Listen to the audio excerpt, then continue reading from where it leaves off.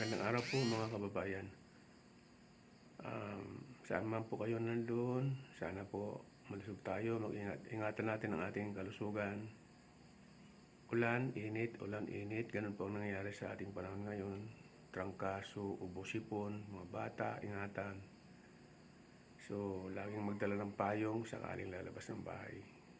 Dahil hindi natin alam ang takbo ng ating klima, ng ating weather. Ingat po tayong lahat. Hindi na sana ako magsasalita pero may mga naririnig ako na ito, balita lang naman ito sa mga vlogger, sa mga attorney, sa mga abogado, tungkol dito sa kasalukuyang nangyayari sa ating bansa, no? Simpleng tao lang naman po ako para i-comment lang po ito at saka opinion ng isang ordinary citizen. At akin pong ini-invoke ang aking karapatan under the constitutional right na magsalita or freedom of expression po ba. So maaaring magagalit sa akin yung mga nasasagasaan ko o kaya sino man ang pero pasensya na kayo kasi karapatan ko to hindi naman basta-basta. Alam naman po ninyo yung mga matatalino dyan sa Kongreso kung anong ibig sabihin ng arbitrary detention, no? Alam nyo yung illegal detention, di po ba? So, matatalino kayo Pero kung tutuusin po, ang unang topic ko sana ngayon, kayo po ba mga matatalino, may integrity, mga honorable na congressman, bulag po ba kayo? Bingi, pipi, bulag, bingi, pipi po ba kayo? Hindi nyo ba nakikita sa mata ninyo? At hindi nyo ba narinig sa mga balibalita? At hindi nyo po kayo makapagsalita dahil kayo ay mga bulag, pipi, bingi, no? 3 o 4 o ilan sa inyo dyan. Hindi ko kayo nilalat yan, ano? Ang mga may criminal records yan, makapangyarihan kayo. Oh? May mga kasama po kayo dyan, mga kriminal. Hindi po ba? Hindi nyo ba alam yan? Ano bang mga kriminal ang sinasabi ko? Recruitment of youths. At dinadala sa mga kabundukan, inaarmasan. No? Bago ako bago magpaliwanag tungkol dyan, gusto kong i-direct ang aking question kay Congressman Acop. Paborito ko yan So, totoo lang, idol ko talaga yan. Dating pulis yan General yan Dating pulis po yan, si Congressman Acop. At saka isa rin sa magagaling dyan, no? Yung Dan Fernandez. Magaling din yan. No? Yung iba dyan na may mga may mga talagang makabayan na mga bakit po pipi kayo? Bakit po bulag kayo? Bulag. Ba't kayo bingi? No? Nandiyan sa kasama ninyo ang mga kriminal. No? Bakit hindi kayo gumawa ng resolusyon na imbestigahan po yan? Mga salot po yan ng bayan. May isa diyang plunder, no? Nasa ombudsman ang kaso niya. Yung tatlo diyan na mga party list, mga terorista po yan. Ba't nyo ba't nyo pinapakulong yung nagsasalita ng nagtatanong lang naman? Ba't nyo ipapakulong si Kairik at saka si Dr. Badoy? Tatanggalin nyo ng prangkisa ang SMNI. Nandyan sa inyo mismo, nandyan sa mga dignified na tauhan ng Kongreso. Nandyan sa inyo ang mga kriminal. Tumatanggap ng milyon-milyon. Tumatanggap ng milyon-milyon sa pera ng bayan upang kalabanin ang mga mamamayang Pilipino. Congressman Acop, Dan Fernandez, Gumawa kayo ng resolusyon na imbestigahan po yan kasi kinakamal nila ang ating sorry. Kinakamkam nila ang pera ng bayan, ng taxpayers upang kalabanin ang mga sundalo, ang ating mga security officers, security forces, upang patayin sila, upang tanggalan kayo ng kapangyarihan. Hindi nyo ba yan? Ito, may mga isip kayo, may mga integrity. Naku, hindi ko alam kung paano po sasabihin na kayo ay dignified, honorable. Tapos nandiyan kayo sa Kongreso? Nandiyan kayo sa Kongreso? Ha? Ano naman ang nagawa ng pera ng bayan na kinamkam ng mga yan? May plunder, may kidnapping, may recruitment, no? May terrorism. Andyan ang mga kriminal sa inyo, sa lugar niyo. Ba't ninyo yan gawa ng resolusyon na imbestigahan yan? Ba't yung mga tahimik na bayan ang inyong pinapakulong? Nandiyan sa inyong dapat ikulong eh. Kung tutuusin, sabi nga sa kasabihan if you walk like a duck, if you quack like a duck, no? If you talk like a duck, ganun. You're a duck. Birds of the same feather flock together. So, buo kayo dyan, buo kayo sa Kongreso, buo. Kasi you are all dignified with integrity. Mga honorable kayo. You are cuddling. You are cuddling criminals. Dear in your institution. Congressman Acop, idol kita talaga. Special mention kita kasi idol kita Ba't ka sumali doon sa ganong mga panggigipit sa kapwa? Nice. Nung huling hearing, wala na kayo. Tinitingnan kayo ng taong bayan Mabuting kayo lamang, mabuting yung dalawa lamang ang inyong iniipit. 3 is MNI, ang isang kumpanya. Mabuti po, hindi na kayo dumating ng mga huling hearing kasi tinitingnan kayo ng taong bayan. Mga dignified kayo. Alam ko po kayo, Mr. Congressman, ako. Idol na idol kita talaga. Napakagaling mong investigador. Pero mali ang iyong posisyon ng pag-imbestiga. Nandyan po sa inyong institution na dignified, honorable, with integrity. Nandyan sa inyong mga kriminal. Nandyan sa inyong mga plunderer. Sorry to say. Dahil ba, nagkikinabang din kayo? Yan, nandun na. Nandun na yung aking kasabihan. If you walk like a duck, you're a duck. Birds of the same feather flock together. Kaya nga, big kiss kayo Big kiss kayo, kasi ang gusto nyo, ganun nila ang pera ng taong bayan. Wala kayong pakialam sa mamamayang Pilipino na kumakalat ang mga sikmura sa gutom. Kayo, milyon-milyon, bilyon-bilyon. 2024 na, malapit na, ilang araw na lang. Wala pa kayong liquidation dahil sa concurrent resolution number 10. Ang paghanga ko po sa iyo, Sir Congressman, ako. Ang respeto ko sa inyo, sobra-sobra. Dahil napakagaling nyo. Kasi dati kayong pulis Sus, Mario Peace talaga. Ako, nagpapasalamat kami na mga retirees na, mayroong tagapagtanggol ng aming karapatan bilang retired.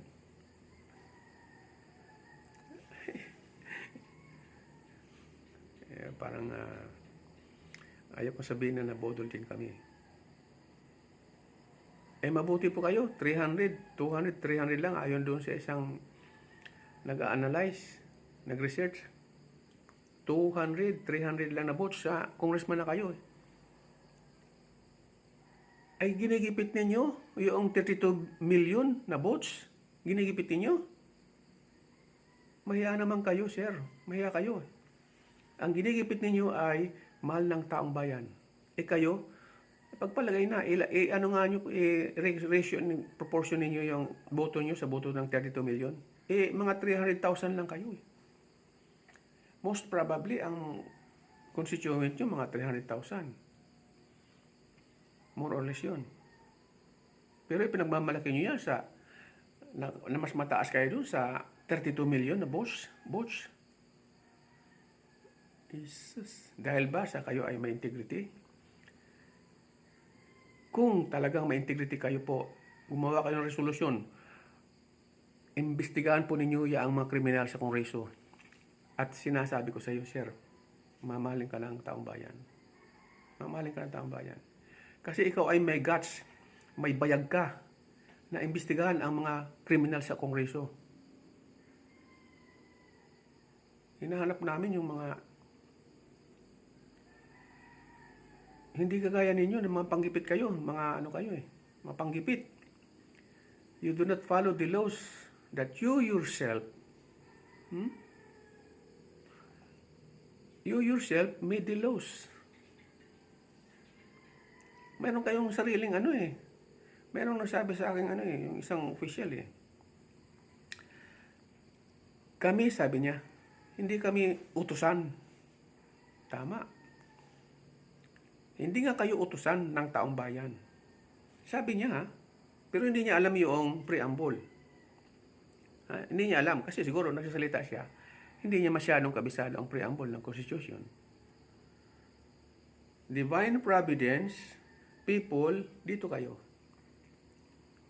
Hindi ka utusan. Pero magtrabaho ka kasi nagkandidato ka Di ba? Nagkandidato ka You are not a maid or na basta uutusan na lamang. Napakataas mo naman. Hindi ka utusan, pero hinangad mo yung posisyon na yan Servants ka, di ba? Servants. Pero wag kang mga astang ikaw ay mataas na sa taong bayan. I suggest you read the Constitution. I suggest you read the Constitution. Marami pa akong topic kaso mahaba Mahaba ang aking Pero isusunod ko yun, yung mga topic na yun.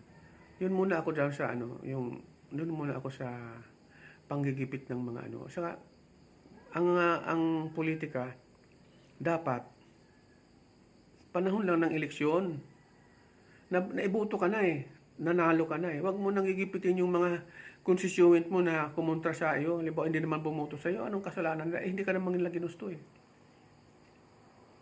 Kasalanan ba nila yon? Yan ay karapatan ng isang tao kung sino ang gusto niyong iboto. Paano kung kamag-anak niya yon? Ang ibig mo sabihin, kamag-anak niya dito, sa iyo boboto? Hindi naman ganun.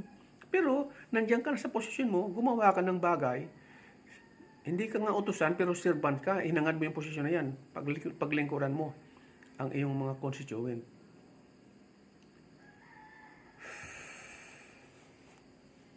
Tulungan natin mga kababayan ang ating bayan para umunlad. Kung meron pa sana akong gusto ko pa sana italakayan yung kung paano, yung gusto ko lang mag-suggest ba. Puro kayo kasi pagpapayaman sa sarili nyo Puro kayo pagpapayaman actually. Mga nakatago ng inyong kayamanan Dahil sa politika, kung bukas ang isip ng isang taong, ng isang mamamayan, alam naman niya, bago naman si maluklok dyan, pinupunduhan siya ng mga matataas sa kanya. Diba? May pundo yan kung saan ka naka-incline o kung naka-cling, pupunduhan ka niyan para siya iboto din. Ganun, diba? Yan ang kampi-kampihan yan Numbers. Politics is numbers. Pero, hinangad mo yung posisyon na yan, gawin mong tungkulin mo, kasi yan ay hindi ka nga utusan, pero may tungkulin ka sa iyong constituent. At i-set aside mo na yung political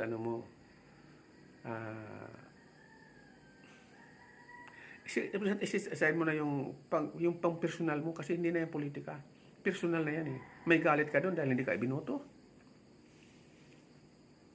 Mahiya ka naman. Mahiya ka.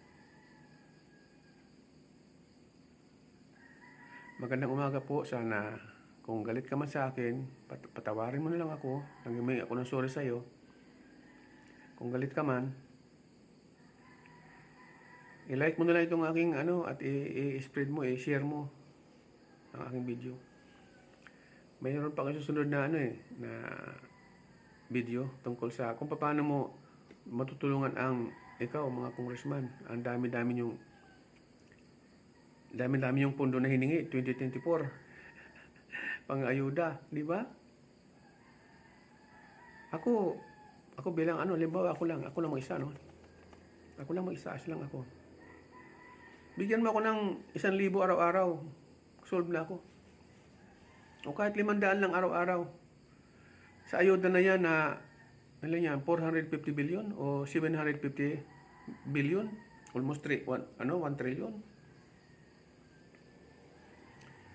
Balik ako 1,000 o kaya 500 isang araw. Hindi na ako susuportahan kita. Pero yung pera na yan, maging makabayan ka naman sana. Gamitin mo yan sa pagpapaunlad. Nakikita mo dati nung kapanahon ng FAM, Ferdinand Israel Marcos, nagkaroon ng mga Green Revolution, di ba? Pinaunlad talaga niya yung bigas natin. Marami mga, alam mo yung Vietnam na yan, behind yan sa atin, behind siya, malayo yan sa ating economy. Nung panahon ni Marcos, nagtayo siya ng school.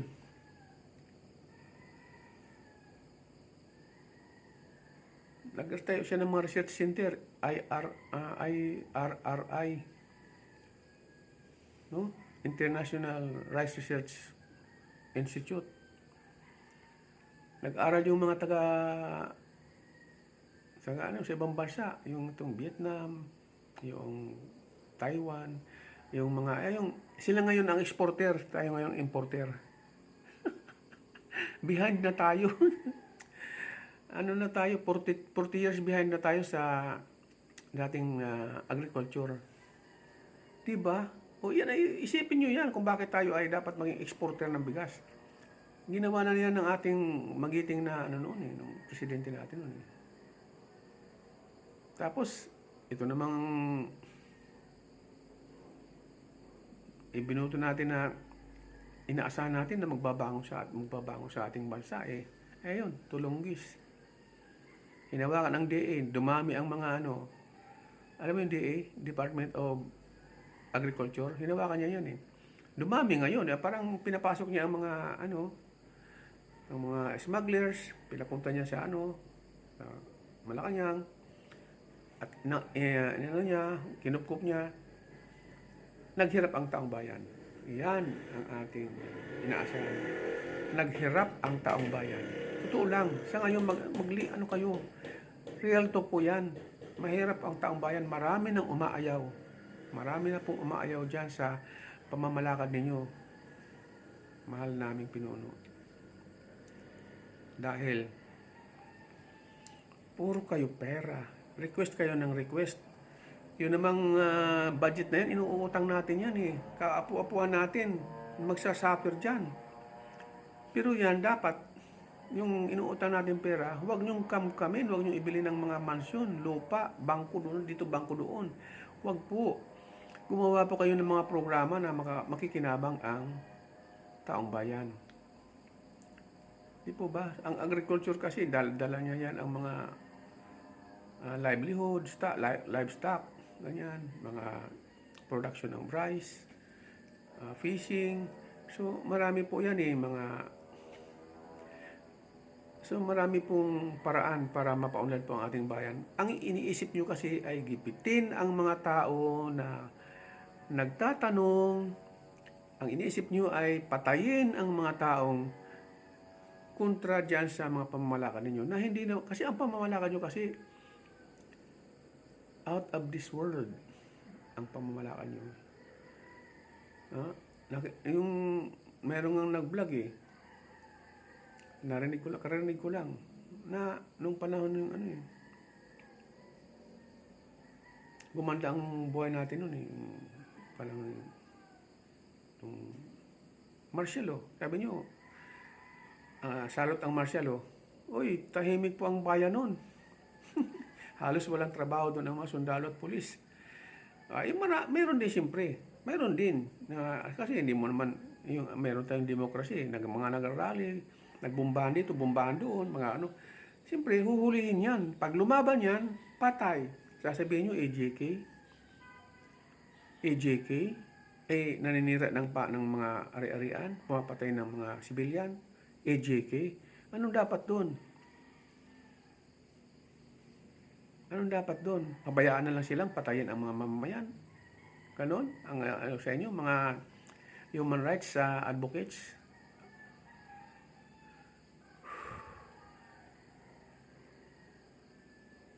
Yun lang ang gusto nyo. Pabayaan lang yung mga kriminal na gumawa ng krimen at ang ipagtatanggol ng Commission on Human Rights yung mga kriminal at hindi nyo ipagtatanggol yung mga biktima ng mga krimen na gawa ng mga drug lords, mga drug addict, mga drug dependents. Yun ang gusto nyo? Magkamatay na. Kayo na lang mamatay. Human Rights. Commission on Human Rights, yung pamilya nyo dapat ma-rape. Pamilya nyo dapat masakir. Hindi yung mga masama na tuloy ang... Kasi comparison na lang. Bakit nyo kami ipapapatay ng mga tahimik kami? Kayo na lang. Kayong mga namumuno dyan. Sana. Masama lang manalangin ng masama eh. Para kang sumusumpa na isinusumpa mo yung mga nagdidepender sa sa mga kriminal. Alam niyo po ba, humahaba tuloy ang aking tuloy-tuloy ko na lang, yung Ukraine, di ba? No? Gera. Matanong ko lang yung ICC. Ukraine yan, ha? Ukraine versus Russia. Wala bang namatay doon? Gera yan eh. Wala bang namatay? Tapos dito kayo pupunta sa amin na meron kaming sovereignty. Dito kayo mag-imbestiga. Ito na mga ating mga politician, yung ating mga dyan, mga kontra kay Digong. Gusto nila ipapahuli si Digong. Nagkakamali kayo. So, we are a sovereign country. No? Gumagana ang ating hustisya. Gumagana ang ating mga sarili nating 5 pillars of justice. No? Meron tayong investigador, police. Meron tayong prosecution. Meron tayong judge. Meron tayong court. No? Meron tayong rehabilitation. No? Rehabilitation. Meron tayong public. 5 yan. Kasi pag nakulong ka, kapag nasintensya ka na, gumanda ka na, babalik ka ngayon sa community. Di ba? Police, prosecutors, judges, court, community. 5 pillars of justice yan. So, doon nga na nagkagawa ka ng krimen, hinuli ka ng pulis, dinala ka sa piskal, alamin kung merong probable cause ang krimen mo. Dinala ka sa judge. Kinulong ka ng judge. Yun. Tapos nakakulong ka na, ka na ng sarili mong, nakapagbayad ka na ng sarili mong kasalanan. Siyempre, babalik ka sa community. Andun ang tingin sa iyo ng mga tao. Yun ang pinakahuling judgment sa iyo. Tingnan ka ng mga tao. Mahirap kang makahanap ng trabaho dahil sa ikaw ay ex-convict. Pero hindi nila alam ang damdamin ng tao. Nagbabago ang tao eh. So, yun, ang pinakahuling mag-judge sa iyo yung community. Ikaw nagbago ka na talaga at nakitang ikaw ay nagbago na at hindi ka na addict, hindi ka na criminal, hindi ka na rapist, hindi ka na pumapatay ng mga innocent victims, hindi ka na nanguhold up, hindi ka na yun, i-justify yun ng community. Yun ang pinaka-last ng ating 5 pillars. Alam mo naman yan ni Kung Akop eh. Di ba? Kung Akop. Alam mo yan eh. Dati kang investigador, ang galing-galing mo nga dyan. Idol talaga kita, boss, sir, amo. Idol kita. At yan si Kong Dan Fernandez, idol ko din yan, magagaling yan eh. May nahon nga yan si Kong Dan eh, pero yung, ang ano ko lang dyan, kaya, bigla akong binuhusan ng malamig na tubig. Nawala yung aking paghanga. Ang paghanga na may respeto. Nawala. Pasensya ka na, sir, ha?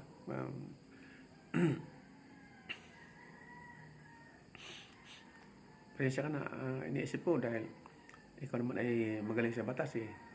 Lawyer ka din. Magaling ka sa batas. Pero wag mo sanang gagamitin lang kagalingan mo sa batas para i-oppress ang mga mamamayan mo. Umaasa kami sa inyo, kaya akala namin, ako lang ha, hindi lang ako ha, marami akong narinig eh. Akala namin, tagapagtanggol ka namin dyan, ikaw, isus, parang wala kami nakikita niya. Isa na lang, Marcolita. Isa na lang. At yung ibang hindi sumama, siyempre, Barsaga ba? Colonel Barsaga. Magagaling din niya, kaso siyempre, sana, huwag niyong bubusulan ang sarili niyong bibig. Huwag kayong magbulag-bulagan sa mga krimen dyan sa Kongreso. Huwag kayong magbibingin-bingan sa mga balita kasi ayaw na sa inyo ng mamamayan. Anong mangyayari sa inyo pag ayaw na sa inyo ng mamamayan? May magagawa ba kayo sa 117 million?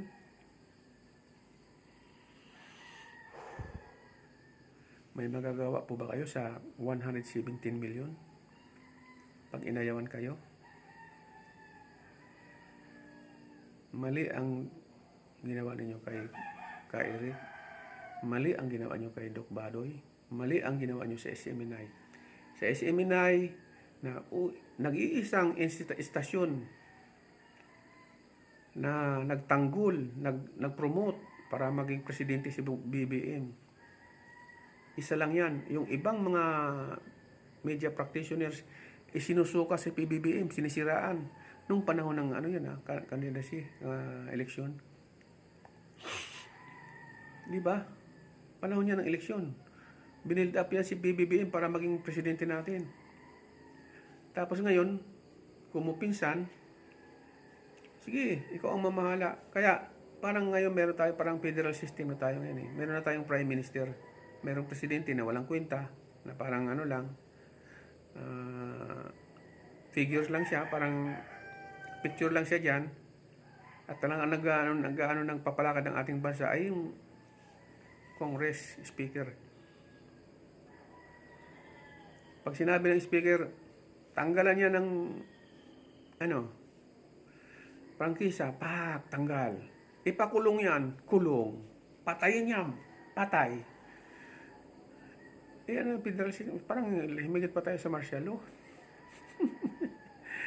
Sa martial law nun, hinahayaan ni Presidente Marcos na senior ang mga bumabati ko sa kanya. Kaya nga meron tayong demokrasya kahit martial law eh. Iyon ang martial law na humane. May demokrasya tayo nun. Sa totoo lang, nung bago mag-martial law, ang gulo-gulo ng bansa natin. Magulo, sobrang gulo. At yung pamilya na yan, na nagpapagulo na yan, 3 na dyan ang namatay.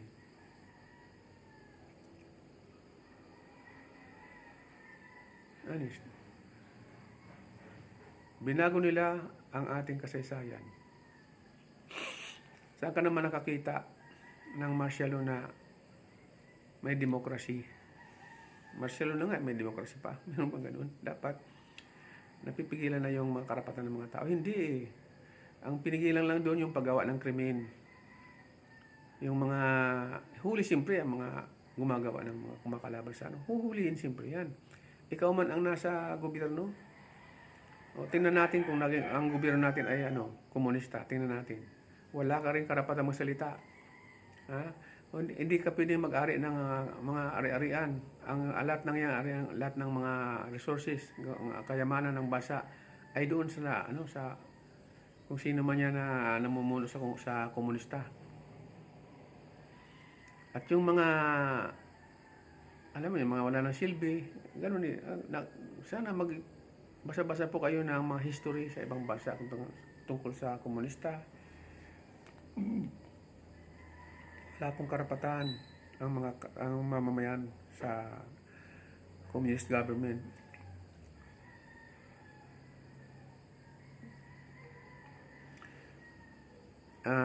Mag-resist po kayo tungkol sa North Korea. Isa po yan sa mga kung gusto niyo yung ganon, so be it. So be it. Wag niyong pulbusin yung mga komunista na yan para tingnan mo. Sinusuldo ng taong bayan para lipulin ang mga ang mga security forces ng gobyerno. Ambos dito, ambos doon, nagpipistok. Di ba manloloko? Tama po si Vice Presidente. The agreement between those rebels, communist rebels, are agreement with the devil. Magandang umaga po. Sana kung may nasagasaan man ako, pasensya na po kayo. May views lang yan. May opinion. Very good morning po. Maging healthy po tayong lahat, mga kababayan. Ingatan natin ang ating kalusugan dahil yan na po ang natitirang kayamanan natin at ang ating integridad bilang Filipino people. Maraming salamat po.